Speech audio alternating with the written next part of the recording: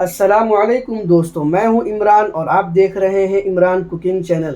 दोस्तों, आज हम आपसे शेयर करने वाले हैं मटन मलाई ग्रेवी की रेसिपी, जो बहुत ही जायकेदार और मज़ेदार है खाने में, और बनाने में बहुत ही इजी है और बहुत जल्द बन करके तैयार हो जाती है। तो दोस्तों, आपसे रिक्वेस्ट है कि आपने अभी तक हमारा चैनल सब्सक्राइब नहीं किया है तो प्लीज़ चैनल को ज़रूर सब्सक्राइब करें। वीडियो अच्छी लगती है तो लाइक कर दें, दोस्तों में शेयर कर दें। तो आइए ये मज़ेदार और जायकेदार वीडियो हम स्टार्ट करते हैं।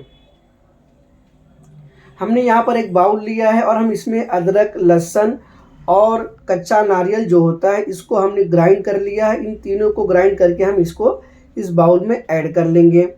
और हम यहाँ पर ऐड कर रहे हैं हरी मिर्च, धनिया, पुदीना और टमाटर। इन सब का हमने फाइन पेस्ट बना लिया है, इसको भी हम यहाँ पर ऐड कर लेंगे। और यहाँ पर 1 कप दही, 1 कप हमने यहाँ पर दही लिए, इसको भी ऐड कर लेंगे।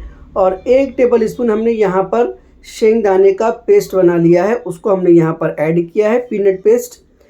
अब यहाँ पर हमने थोड़ा सा हरी धनिया की जो डंठल होती है उसको ऐड किया है, और थोड़ा सा हमने यहाँ पर पुदीना के पत्ते ऐड कर लिए हैं। और 1 टेबल स्पून हमने यहाँ पर नमक, और 1.5 टेबल स्पून हमने यहाँ पर गरम मसाला पाउडर, और 1 टेबल स्पून हमने यहाँ पर ज़ीरा पाउडर ऐड किया है। और उसके बाद हमने यहाँ पर मटन को अच्छे से धो लिया। तकरीबन 200 से 250 ग्राम हमने यहाँ पर मटन लिया है, जिसको हमने छोटे छोटे पीसेस में कट करके, साफ़ करके, धुल करके हमने इसको ऐड कर लिया है। अब हम इन सारी चीज़ों को अच्छे से मिक्स कर लेंगे। 2 घंटे के लिए हमने मैरिनेट करके रखा है। आप ओवरनाइट भी और ज़्यादा टाइम के लिए भी रख सकते हैं, लेकिन फ्रिज में रखना है।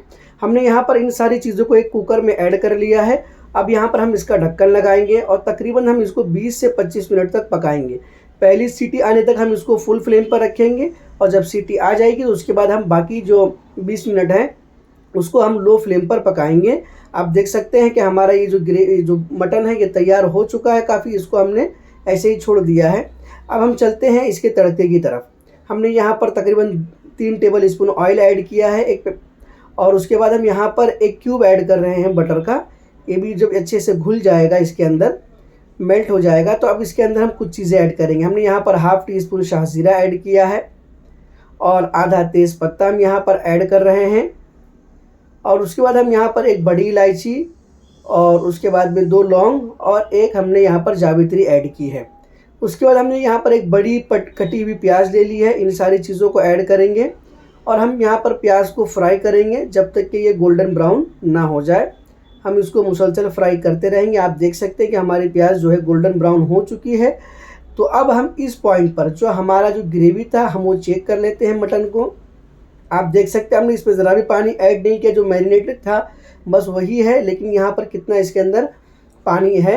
अब हम इसको यहाँ पर इस फ्राई में ऐड कर लेंगे। जो हमने प्याज फ्राई कर रही है इस बर्तन में हम इसको ऐड कर लेंगे, और जल्दी से हम ढक्कन लगा लेंगे ताकि ये तेल वगैरह उड़े नहीं।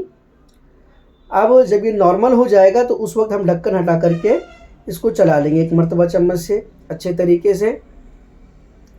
और चलाने के बाद में हम यहाँ पर ½ tea spoon chaat masala powder और ½ टी स्पून हमने यहाँ पर एवरेस्ट का मसाला ऐड किया है।